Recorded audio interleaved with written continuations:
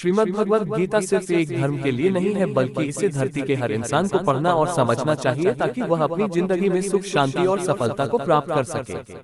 कहा जाता है कि जिस घर में गीता का पाठ हर रोज पढ़ा जाता है या सुना जाता है, उस घर में भगवान श्री कृष्ण आते रहते हैं। श्रीमद् भगवद गीता साक्षात भगवान की दिव्य वाणी है। इसकी महिमा अपार है, अपरिमित है। उसका यथार्थ में वर्णन कोई नहीं कर सकता। शेष, महेश, गणेश भी इसकी महिमा को पूरी तरह से नहीं कह सकते। फिर मनुष्य की तो बात ही क्या है। भागवत गीता में कुल 18 अध्याय और 700 श्लोक है, जिसे सभी के लिए पढ़ पाना थोड़ा मुश्किल है। इसीलिए आज के इस बेहद ही खास वीडियो में हम श्रीमद् भगवद गीता के 18 अध्याय के 700 श्लोकों के सार के बारे में बात करेंगे, जिन्हें जानकर आप श्रीमद् भगवद गीता का सही मतलब समझ पाएंगे। इसलिए इन विचारों को आप हर रोज रात में सोने से पहले जरूर सुने। तो चलिए जानते हैं भागवत गीता के 700 श्लोकों के सार के बारे में। भगवान श्री कृष्ण कहते हैं कि हे अर्जुन, मैं सभी प्राणियों के हृदय में स्थित सबका आत्मा हूँ। संपूर्ण प्राणियों का आदि, मध्य और अंत भी मैं ही हूँ। मैं सूर्य हूँ। मैं वेदों में सामवेद हूँ। देवों में इंद्र हूँ। इंद्रियों में मन हूँ। मैं ब्रह्मा हूँ। मैं विष्णु हूँ। मैं महेश हूँ। जलाशयों में मैं समुद्र हूँ। पर्वतों में मैं हिमालय हूँ। इस संपूर्ण संसार में तुम जो कुछ भी देख पाते हो सब मैं ही हूँ। कोई आदमी चाहे लाख चीजें जान ले, चाहे वह पूरे जगत को जान ले, लेकिन अगर वह स्वयं को नहीं जानता तो वह अज्ञानी है। अगर कोई आपको ठुकरा दे तो बुरा मत मानना, क्योंकि वे वास्तव में आपकी कीमत नहीं जानते। जो रिश्ता हमें रुला दे उससे गहरा कोई रिश्ता नहीं, और जो रिश्ता हमें रोता हुआ छोड़ दे उससे कमजोर कोई रिश्ता नहीं।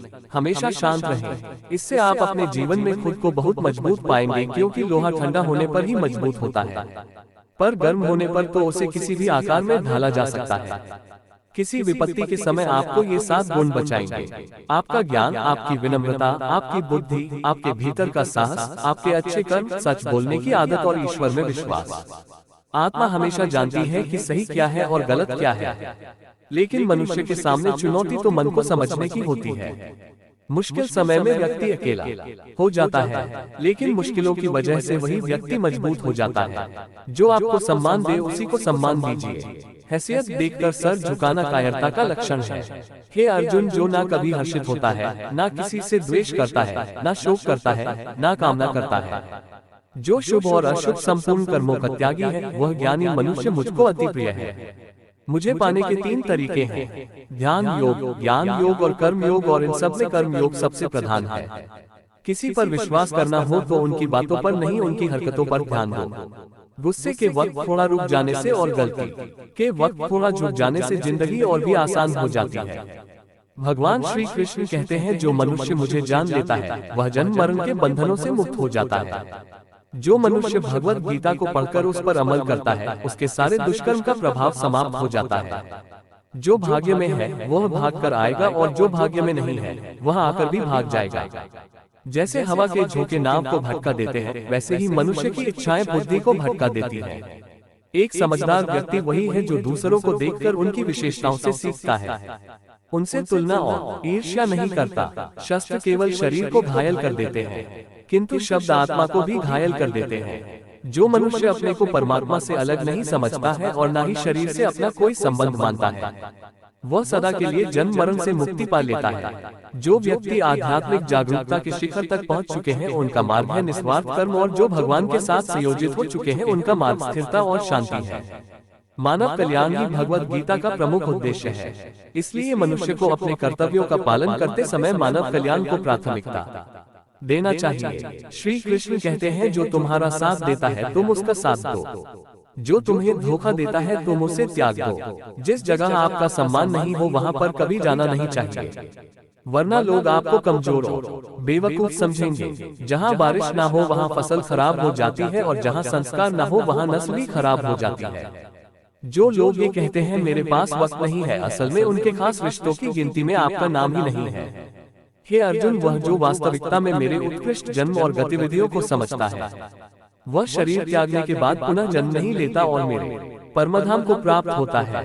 वह व्यक्ति जो सभी इच्छाएं त्याग देता है और मैं और मेरा की लालसा और भावनाओं से मुक्त हो जाता है, उसे अपार शांति की प्राप्ति होती है।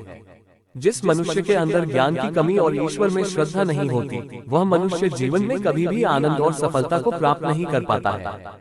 ईश्वर ने हमें जो कुछ भी दिया है वही हमारे लिए पर्याप्त है और यही एक अटल सत्य भी है। संयम, सदाचार, स्नेह एवं सेवा ये गुण सत्संग के बिना नहीं आते हैं। ईश्वर से किए गए प्रार्थना से इंसान की परिस्थिति या तकदीर बदले या ना बदले पर प्रार्थना से इंसान के चरित्र में जरूर बदलाव आता है। बात इतनी मधुर रखो कि कभी वापस भी लेनी पड़े तो आपको कड़वी ना लगे। खुद में थोड़ा स्वाभिमान होना जरूरी है, वरना लोग आपको वहां भी दबाने की कोशिश करेंगे जहां आपका अधिकार है। कोई एक महापुरुष ही आत्मा को आश्चर्य की भांति देखता है, वैसा ही दूसरा कोई महापुरुष ही इसके तत्व का आश्चर्य की भांति वर्णन करता है, तथा दूसरा कोई अधिकारी पुरुष ही इससे आश्चर्य की भांति सुनता है, और कोई कोई तो सुनकर भी इसको नहीं जानता है। श्री कृष्ण कहते हैं, दुख सुख को समान समझने वाले जिस धीर पुरुष को यह इंद्रिय और विषयों के सहयोग व्याकुल नहीं करते वह मोक्ष के योग्य होता है। जब तक तुम अपने आप से नहीं हार जाओ तब तक दुनिया की कोई ताकत तुम्हें हरा नहीं सकती। कमजोर तुम नहीं, तुम्हारा वक्त है और वक्त सबका बदलता है। तुम बस अपना कर्म करते जाओ। जिसने कभी संकट नहीं देखा उसे अपनी ताकत का कभी एहसास नहीं होगा। जो दूसरों की तकलीफों को समझते हैं, जिनमें दया है, जो दिल से अच्छे हैं, उन्हें दोबारा जन्म नहीं लेना पड़ता। किसी को कुछ देकर घमंड मत कर, क्या पता तू दे रहा है या पिछले जन्म का कर्ज चुका रहा है। घमंडी मनुष्य का वंश, वैभव और प्रतिष्ठा तीनों ही चले जाते हैं। विश्वास ना हो तो रावण, कौरव और कंस को देख लो। चुप रहने से बड़ा कोई जवाब नहीं और माफ कर देने से बड़ी कोई सजा नहीं।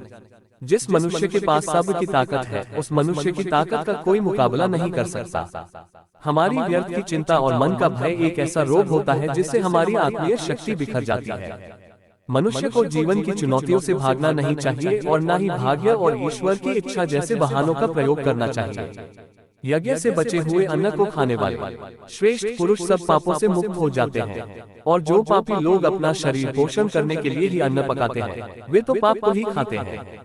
अर्थात जो लोग ईश्वर को याद किए बिना अपने जिंदा रहने में ही लगे रहते हैं, उन्हें चोर समझना चाहिए। केवल ज्ञान ही एक ऐसा अक्षय तत्व है जो कहीं भी, किसी भी अवस्था में और किसी भी काल में मनुष्य का साथ नहीं छोड़ता। धरती पर जिस प्रकार मौसम में बदलाव आता है, उसी प्रकार जीवन में भी सुख दुख आता जाता रहता है। युद्ध हो या जीवन सफलता केवल 3 शस्त्रों से प्राप्त होती है, धर्म, धैर्य और साहस। कोई भी मनुष्य जन्म से नहीं बल्कि अपने कर्मों से महान बनता है। कुछ पाना है तो खुद पर भरोसा कीजिए, क्योंकि सहारे कितने भी सच्चे और अच्छे हो साथ छोड़ ही जाते हैं। मित्र गरीब है या अमीर यह मायने नहीं रखता, बल्कि वह आपके बुरे समय में आपका साथ कितना देता है यह मायने रखता है। धर्म चाहे जो भी हो, अच्छे इंसान बनो। हिसाब हमारे कर्म का होगा, धर्म का नहीं। खुशी के लिए काम करोगे तो खुशी नहीं मिलेगी, लेकिन खुश होकर काम करोगे तो खुशी जरूर मिलेगी। जब आप दूसरों के लिए अच्छा चाहते हैं तो वही अच्छी चीजें आपके जीवन में वापस आती हैं। यही प्रकृति का नियम है। आपका मूल्य इससे तय नहीं होता कि आप क्या हैं, यह इससे तय होता है कि आप खुद को क्या बनाने की क्षमता रखते हैं। हंसता हुआ मन और हंसता हुआ चेहरा यही सच्ची संपत्ति है। जितना इंतजार वह आपसे करवा रहा है, समय आने पर वह इतना देगा कि संभाल भी नहीं पाओगे। कोई आपका साथ ना दे तो निराश मत होना, क्योंकि परमात्मा से बड़ा हमसफर कोई नहीं होता। खुशी आजादी पर निर्भर होती है और आजादी इस बात पर निर्भर होती है कि आप कितने साहसी हैं। विश्वास के बगैर इस दुनिया में कोई भी रिश्ता ज्यादा देर तक कायम नहीं रह सकता। यदि किसी भूल के कारण कल का दिन दुख में बीता तो उसे याद कर आज का दिन व्यर्थ न करें। बहुत से ऐसे लोग हैं जो कर्म करते हुए ही परम सिद्धि को प्राप्त हुए थे। जनक आदि ज्ञानी जन भी आसक्ति रहित कर्म द्वारा ही परम सिद्धि को प्राप्त हुए थे। इसलिए मनुष्य को हमेशा अच्छे कर्म करने चाहिए और फल की अभिलाषा से दूर रहना चाहिए। हे अर्जुन, मेरा इन तीनों लोकों में न तो कुछ कर्तव्य है और न ही कोई वस्तु प्राप्त करने योग्य है, फिर भी मैं कर्म करते हुए अपने कर्तव्य का निर्वाह करता हूँ। श्री कृष्ण कहते हैं, हे पार्थ, यदि मैं कर्मों को करने में सावधानी न बरतूं तो बड़ा अनर्थ हो जाएगा, क्योंकि मनुष्य सब प्रकार से मेरे ही मार्ग का अनुसरण करते हैं। इस दुनिया में हारे हुए इंसान की तकलीफ में पड़े हुए इंसान की कोई मदद नहीं करता, और अगर कोई इंसान थोड़ा सा सफल हो जाए तो उससे कोई खुश नहीं होता।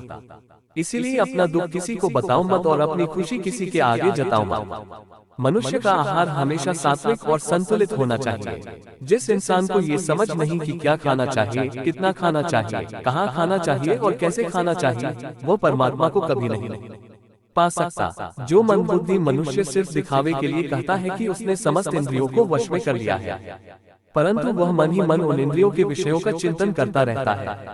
वह मनुष्य मिथ्याचारी अर्थात दंभी कहा जाता है, जो पुरुष परंपरा से नहीं चलता, सृष्टि चक्र के नियमों का पालन नहीं करता अर्थात अपने कर्तव्य का पालन नहीं करता। वह इंद्रियों के द्वारा भोगों को भोगने वाला पापी पुरुष व्यर्थ ही जीता है। परंतु जो मनुष्य आत्मा में ही रमण करने वाला और आत्मा में ही तृप्त तथा आत्मा में ही संतुष्ट हो, उसके लिए कोई कर्तव्य नहीं है। आत्मा का मतलब यहाँ सबसे बड़ा सच है, और जो सत्य को समझता है, सत्य में ही खुश होकर सत्य में ही रहता है, उसके लिए कोई कर्तव्य नहीं है। लेकिन ऐसा कोई लाखों करोड़ों में एक होता है। उस महापुरुष का इस विश्व में ना तो कर्म करने से कोई प्रयोजन रहता है और ना कर्मों के ना करने से ही कोई प्रयोजन रहता है, तथा संपूर्ण प्राणियों में भी इसका स्वार्थ से कोई संबंध नहीं रहता। कहने का सीधा मतलब है, जिसे परमात्मा मिल चुका है वह कोई और दूसरा कर्म क्यों करे। जो ज्ञानी हैं, जिन्हें ईश्वर की सच्चाई मालूम हो चुकी है, उनकी यह जिम्मेदारी बन चुकी है कि उनके काम करने के तरीके से कहीं किसी और के मन में काम करने के प्रति अपमान न पैदा हो जाए।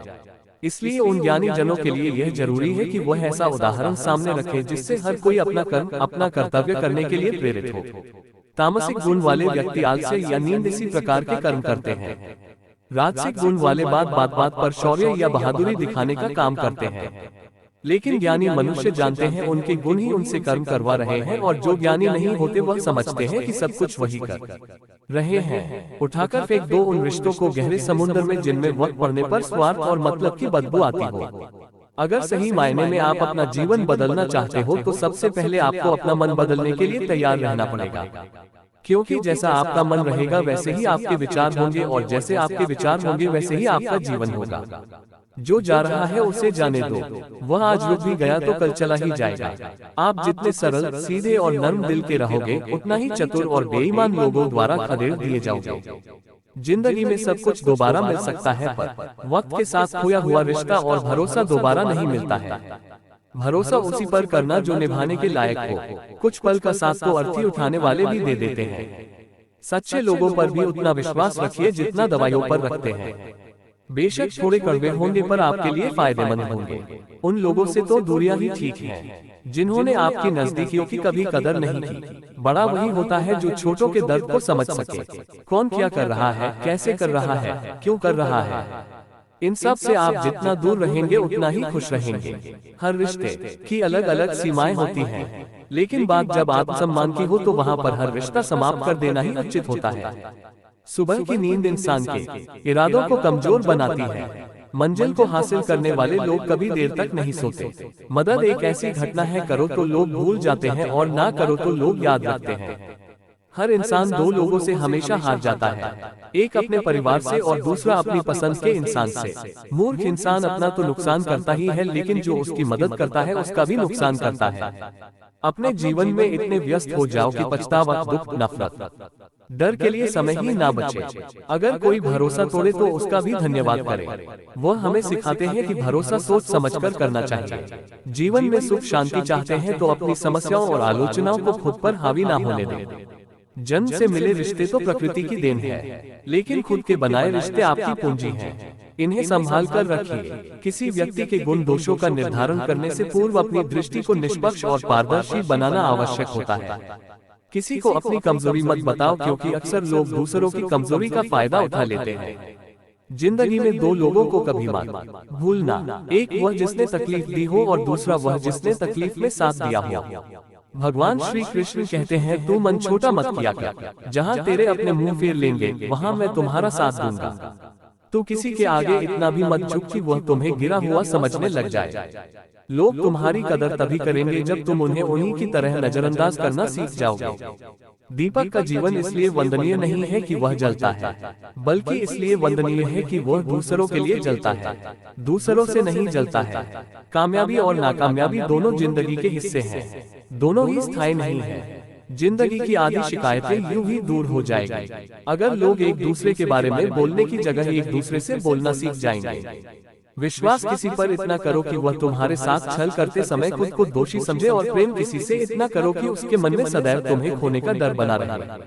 चार वेदों का अर्थ नहीं भी जानो तो कोई बात नहीं, लेकिन समझदारी, जवाबदारी, वफादारी और ईमानदारी, इन चार शब्दों का मर्म जान लो तो भी जीवन सार्थक हो जाएगा।